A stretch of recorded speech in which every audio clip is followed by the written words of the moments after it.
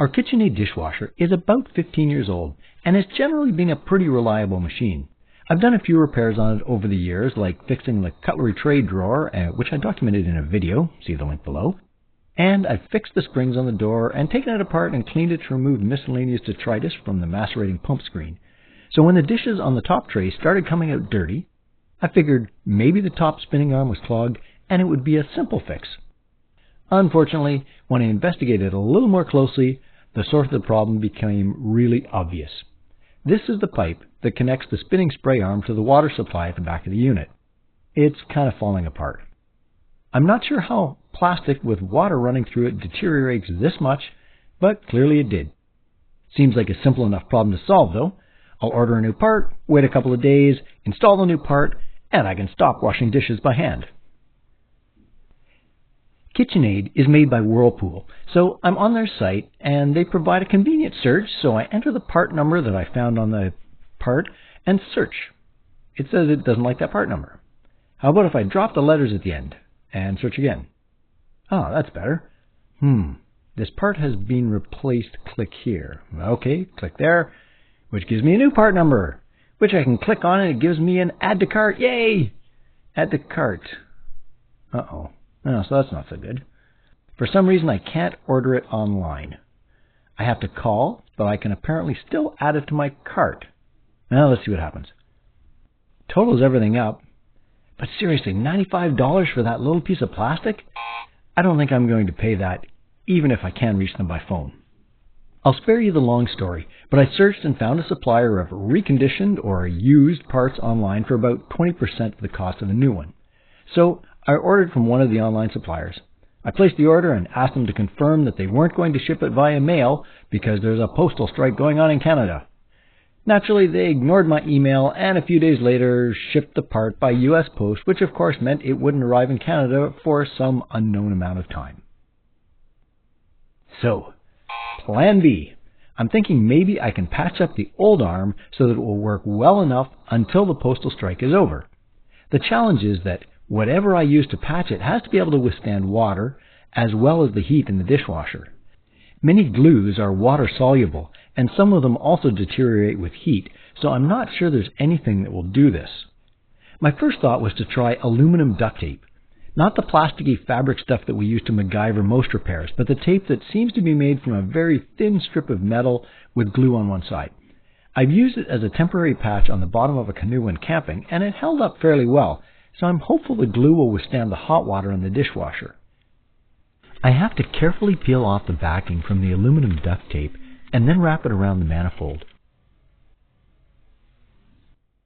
Eventually, I have to wrap most of the water manifold in the tape. When it's done, it's fairly rigid and seems like it should be waterproof. The problem may be that it's more waterproof from the outside than it is from the inside, and in this case there's water on both sides of the tape, so I'm not sure how it's going to work out.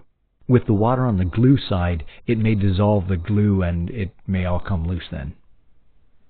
The good news is that it held up for a few days, but then it failed. The postal strike is still on, so there'll be no new part showing up at my door anytime soon. I need a plan C. Before attempting some other strategy, I have to clean off the old aluminum tape and glue that's left on the arm.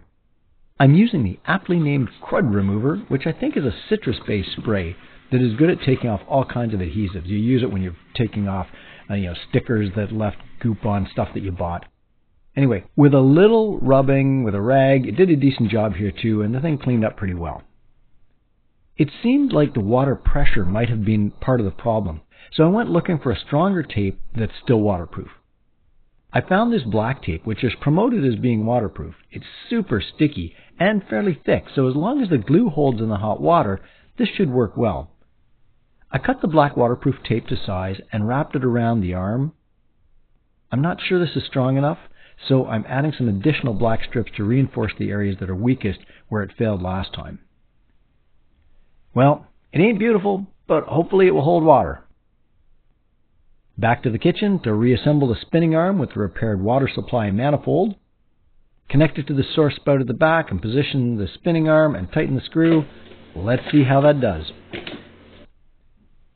Well, that worked for a couple of days, but then it blew out more or less in the same spot as it did with the aluminum tape.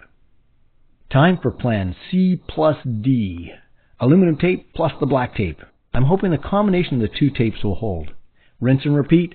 Clean off the old tape and glue and apply a layer of aluminum tape followed by a layer of black tape with some additional reinforcing strips of black tape, and voila! The good news is that this combination held for a couple of weeks. It got us through Christmas and New Year's when there are a lot of dishes, but now we notice the dishes were coming out with bits of glue on them, so clearly this solution isn't the final solution. The good news is that the mail strike is over. The bad news is there's a backlog of mail, so who knows when I'll see the part I ordered. Time for plan, where are we at? E? The connector pipe, or manifold, is a 3/4 inch inside diameter. So I've searched all through my shop and through my brother-in-law's basement, and the closest we found was a plastic pipe with 11/16 inside diameter, which won't fit the connector at the back of the dishwasher without hacking apart the connector, and I really don't want to do that if I don't have to. So, a trip to the local building supply store is in order.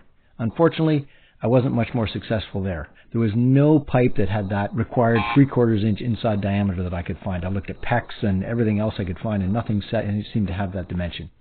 I eventually found that 7/8 inch copper pipe has a 13/16 inside diameter, which is just 1/16 of an inch bigger than the 3/4 that I need, which I think I can make up with some extra wraps of Teflon tape. I'm going to replace the first section of the plastic pipe with the copper pipe and join it to what's left of the plastic end that connects to the spinning arm. I can't seem to find my pipe cutter, so I'm using my angle grinder with a cutting blade to cut the copper pipe to the required length. And then using a file to deburr the outside of the end. I don't have a round file to fit inside the pipe, so I'm using some emery paper to deburr the inside. To get it to fit with the plastic end, I'm going to have to modify the end of the pipe to fit inside the plastic, so I've got to change the shape. I'm using a hammer and some vice grips to persuade the copper into the right shape.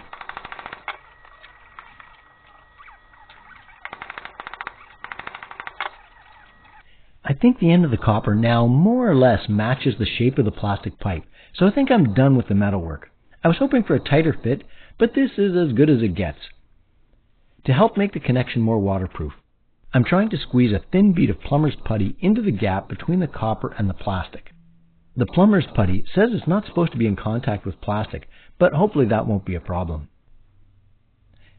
This might actually hold together as it is once it's installed, or maybe some of that black tape would work, but when I was at the hardware store I encountered another product called Magic Wrap, which seemed to be the perfect thing for this job. It's black rubber that doesn't have any glue on it. You stretch it out before you wrap it around the pipe, and then it binds onto itself without glue. According to the marketing materials, the polybutyl rubber compound activates when stretched and then adheres onto itself.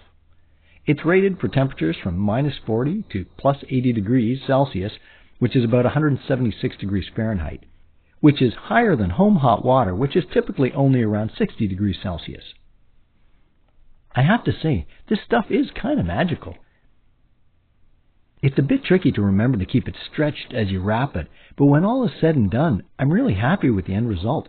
It almost doesn't look like a totally half-baked solution.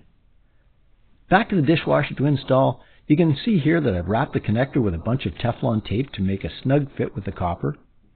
Okay, the camera really doesn't want to focus on that connector, but anyway, you get the idea. I can now replace the screw for the spinning arm, and once again we're good to go. Fingers crossed that Plan E is the final plan. Like and subscribe if you enjoy this video. Now, we're 2 weeks in and the Magic Wrap is still doing its magic. The repaired arm looks about as good as the day I installed it. Still no sign of the part I ordered being delivered, but I'm thinking this might be a better fix anyway. The copper will last longer than the remaining life of the dishwasher, and hopefully the end connected to the spinning arm will last long enough. Worst case scenario, I'll have to get someone to 3D print a new piece for the end part of the connector.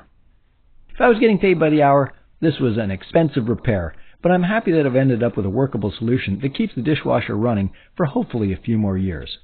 Thanks for watching.